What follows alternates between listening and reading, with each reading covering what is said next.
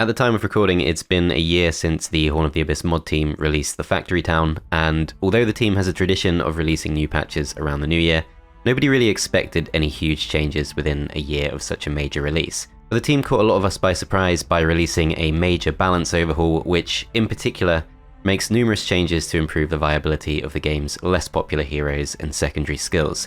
Among other things, this patch reworks skills like Eagle Eye, Learning, First Aid, and Pathfinding, and significantly strengthens the majority of the game's creature and spell specialists.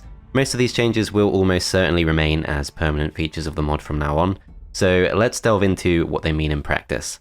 We'll start with a few changes that I expect will be very popular and uncontroversial. This patch introduces several changes to the user interface that provide the player with more useful information up front. So to give a few examples, border guards and border gates now tell you in the tooltip whether you've already visited the corresponding Keymaster's tent. Artifact descriptions will now tell you directly which combination artifact, if any, your artifact is a part of, and whether that combination artifact is allowed on the current map. The battle descriptions of war machines like ballistas and first aid tents now detail the effect of the ballistics, artillery, and first aid skills of the hero that own them, which is particularly helpful in light of the improvements they've just made to those skills, which I will return to later in the video. The tooltip for attacking with a catapult in a siege now displays the number of shots, chance of hitting the target, and the durability of that target. And the tooltips for Resurrection, Animate Dead, and the repairability of mechanics will now display the number of units to be resurrected and the number destroyed since the start of the battle, so you'll know whether you need to continue resurrecting to get more units back. And these are in addition to changes made in the previous patch, such as removing cloned units and summoned elementals from the casualty totals at the end of battle. But perhaps the most useful UI change of all brings us nicely onto one of the major purposes of this patch, which is the overhaul of hero specialties. There's a lot of change to get through here, and I do think it's worth delving into the detail a bit, but at the same time, the changes aren't as intimidating for new players as it might sound. That's because the UI has actually been updated to show you exactly what bonus your hero's specialty is providing at their current level. While all these balance changes might make Horn of the Abyss harder for newer players to get used to, having all of the important bonus information right there on the hero screen is actually in many ways more accessible than the original game. The size of bonus effect isn't only shown for newly improved hero specialties either, you can use it to see exactly how much bonus you're getting from the original hero specialties too. For example, you can now see how much bonus damage you're getting from an offense specialist like Crag Hack. I actually think it's one of the best and most user-friendly changes we've seen in Horn of the Abyss for a very long time. Anyway, let's dive into the specific changes made to hero specialties, especially creature specialties. Before we go any further, it's worth noting there are really two categories of creature specialists. Most specialist heroes give their specialist units one bonus speed, and then gradually accumulate bonus attack and defense for that unit as they level up. I will talk more about the changes to those heroes later, but for now let's talk about the other category of creature specialist heroes, who instead provide a flat bonus to unit stats regardless of their level, as most of these have been overhauled too. In case you're not familiar with what I'm talking about, most of the heroes that provide a flat stat bonus as a specialty are either heroes belonging to the Conflux town like Meteor the Psychic Elemental Specialist, or campaign heroes like Xeron the Devil Specialist. We'll start off with two heroes that shared one of the absolute worst specialties in the original game, Kalt and Lacus, the Water Elemental Specialists. In the original, their specialty provided +2 attack to water and ice elementals, and that was it. No speed, no defense, and no change as they leveled up. In this patch, that bonus has been upgraded to +12 attack instead, so it keeps the spirit of the original specialty without being borderline useless. That +12 equates to roughly a 50% bonus to their damage in practice, at least in the early game, and it makes these heroes genuinely quite interesting choices for maps where you rely on Storm and Ice Elementals to clear the map from range. The Fire Elemental and Psychic Elemental specialties provide an extra +2 attack and defense on top of the previous bonus, which in Fire Elemental's case also increased the base damage of the unit. The Earth Elemental specialty provides a further +1 to attack and defense, which might seem like a mediocre upgrade at first glance, but it is being applied to a specialization that already increased the base damage of those units by nearly half. Then there are further attack and defense bonuses to a number of campaign heroes with unit specialties, such as Kilgore the Behemoth Specialist and Meteor the Dragon Specialist. Moving on to the other category of creature specialists, which make up the majority. Ordinarily, these specialists will give their chosen unit +1 speed immediately, and then gradually give them bonus attack and defense as the hero levels up. The way this worked originally was equivalent to a 5% bonus to their base attack and defense per level, weighted against the level of that unit. So if your hero specialized in a level 1 unit like Shakti the Troglodyte Specialist, there is no negative weighting. That 5% per level bonus means that when you reach around level 20 or 21, your units will have bonus attack and defense equivalent to 100% of their base attack and defense. In other words, using the Shakti example, if Shakti somehow reached level 20 with 0 attack and defense skill, his Troglodytes would still have double the attack and defense compared to when he was a level 1 hero. That effect is reduced at higher creature levels, so level 2 creatures like Harpies would only achieve a bonus equivalent to their base attack and defense by around level 40, level 3 creatures will take until level 60, and so on. Higher level units naturally have higher base attack and defense anyway, so the logic was that you're still getting a similar quantity of bonus attack and defense overall. I've probably not explained that too clearly, but the key point is, level 1 creature specialists like Shakti will now earn bonus attack and defense on their specialist units twice as fast, because Horn of the Abyss increases the bonus rate of additional attack and defense from 5% to 10%. Level 2 and above creature specialists, however, now receive a 20% attack and defense bonus rate. In other words, their specialist units will gain bonus attack and defense 4 times faster than in the base game. These types of heroes usually don't start with too many bonus units, and they rarely get picked as main heroes, so I am curious to see just how much more popular this will make them. Ballista Specialists' improvement rate has been increased from the original 5% to 30%. In other words, their ballistas will gain bonus attack and defense 6 times faster than the original game. The artillery skill has also been improved to make those war machines harder to kill, which I'll come back to later in the skill section of the video. A similar change has been made to most spell specialist heroes. If we look at Solmir, for example, he previously received a 3% bonus to chain lightning damage per level, offset by the unit level of his target. So level 10 Solmir's chain lightning would do 30% extra damage to level 1 units like halflings, 15% bonus to level 2 units, and so on. That bonus rate per hero level is now 5%. So level 10 Solmir's chain lightning will deal 50% bonus damage to level 1 units, 25% bonus to level 2 units, and so on. The change from 3% to 5% specialist rate applies specifically to chain lightning, resurrection, animate dead, and meteor shower specialties. Why only those spells? Well, the likely reason is that those specialists are already popular picks. Heroes like Jedi, Dima, Solmir, and Thant don't need much help. A lot of their usefulness comes from starting out with those spells, rather than the effect of the bonus.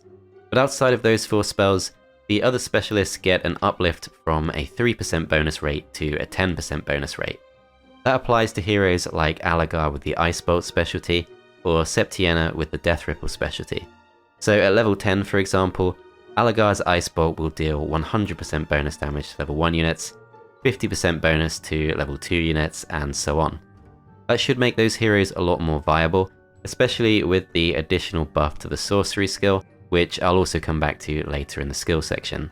There are some other spell specialists who don't fit into the mold I've been describing above, and just have a flat bonus to the effectiveness of their spells, sometimes weighted by unit level. So for example, Stone Skin specialty in the original game means casting Stone Skin will give, on top of the base effect, plus 3 bonus defense to level 1 and 2 units, 2 bonus defense to level 3 and 4 units, and 1 bonus defense to level 5 and 6 units. No bonus to level 7s. In Horn of the Abyss following this patch, that bonus is improved to 10 bonus defense for level 1 and 2 units, 8 bonus defense for level 3 and 4 units, 6 bonus defense for level 5 and 6 units, and 4 bonus defense to level 7 units. That same level of bonus applies to spell specialists for Bloodlust, Stone Skin, and Precision. Some other similar specialists have seen their spell bonuses change by slightly different amounts, so for example, Slayer specialists like Coronius get as much as plus 20 bonus attack for level 1 and 2 units, which reflects that it's obviously quite a niche spell already.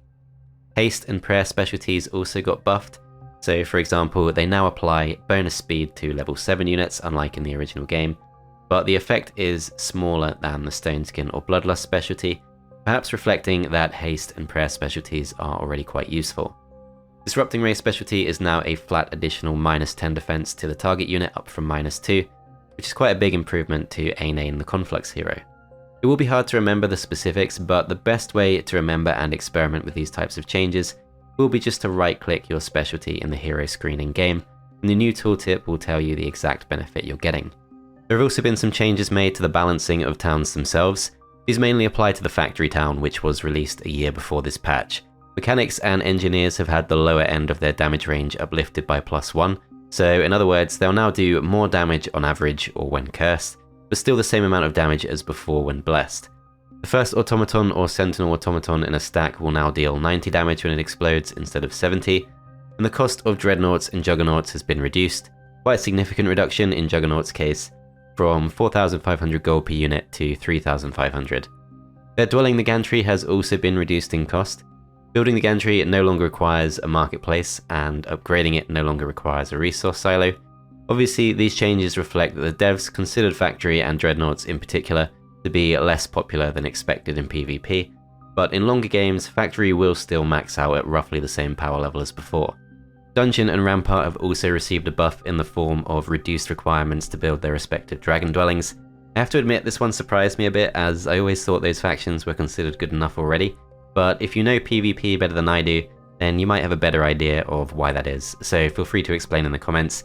In the original game, early access to high-level units was more of a niche advantage, so Fortress, for example, could build the Wyvern Nest immediately after the Lizard Den for easy Wyvern recruitment, and similarly, Stronghold could build the Behemoth Lair without having to build an Ogre Fort or a Cyclops Cave for easy Behemoth access in the first week. From patch 1.7.2, it's now possible for Dungeon to get a Dragon Cave without a Labyrinth or a Manticore Lair, and Rampart can build the Dragon Cliffs without the Enchanted Spring or the Unicorn Glade.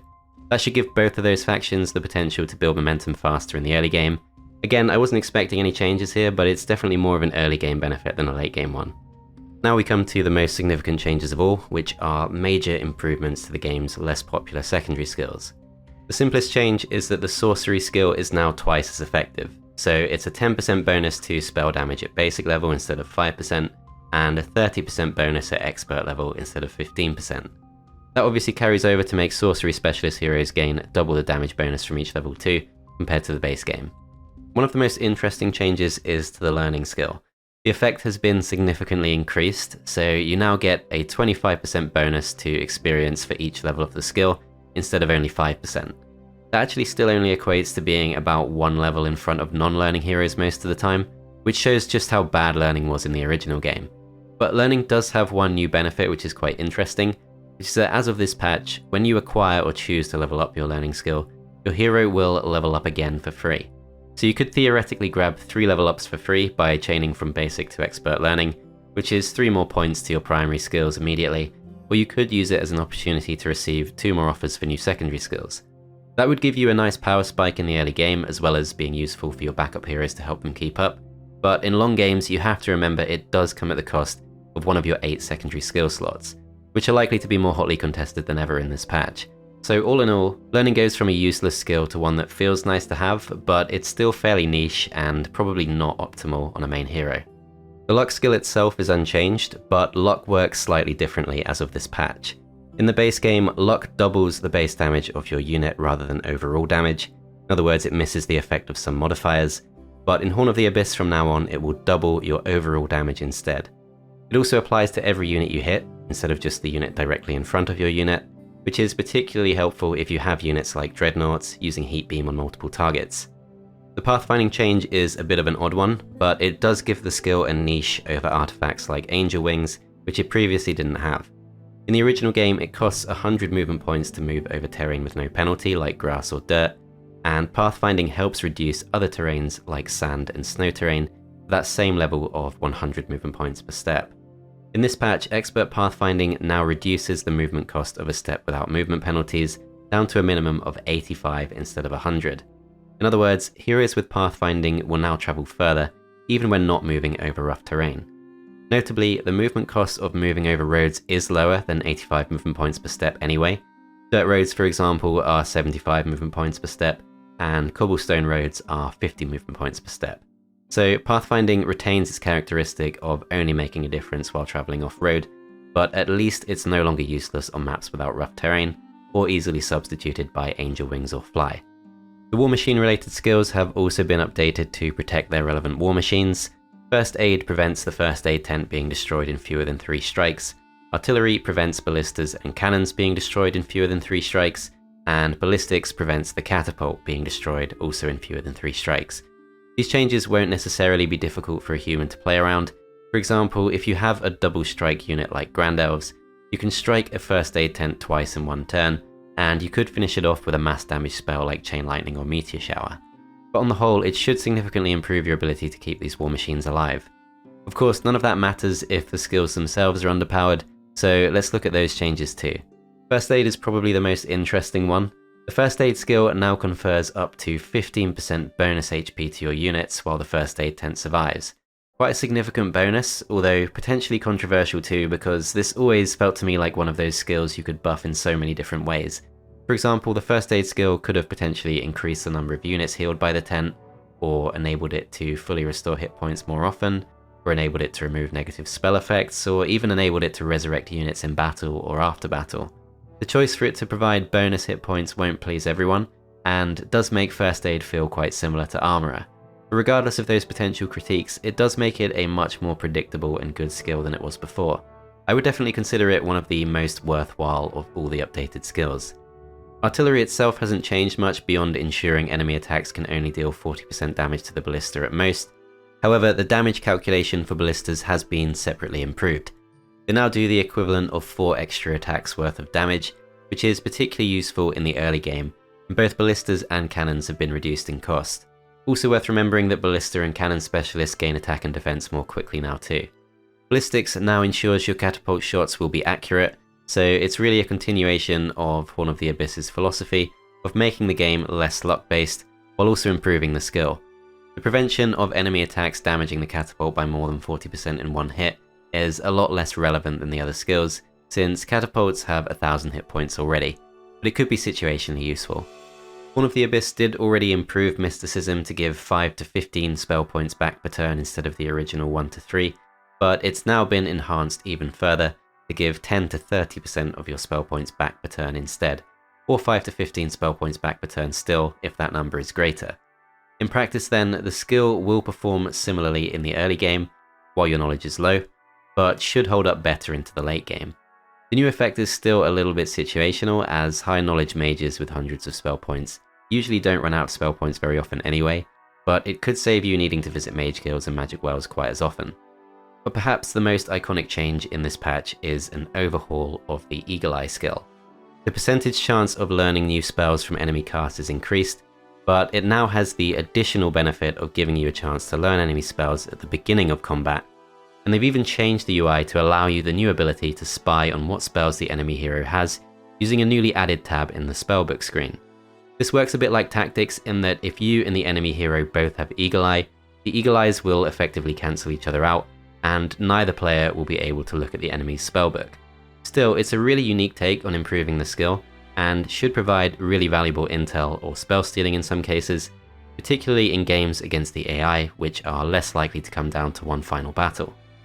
A new campaign called All In has also been added in this patch, which the devs describe as an average challenge. I'm guessing that refers to the fact that many players found the original Factory campaign to be extremely difficult, but you'll have to try it out and see what you think.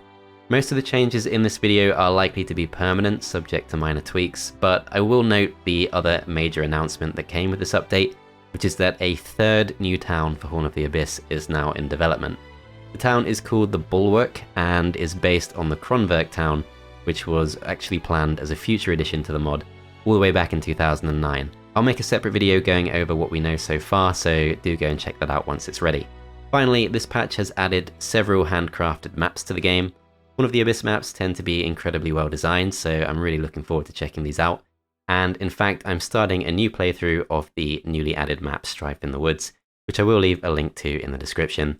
We're going to take one of the newly improved specialist heroes as our main hero too, so that way we can really explore this version properly. Do subscribe to catch new episodes as they arrive.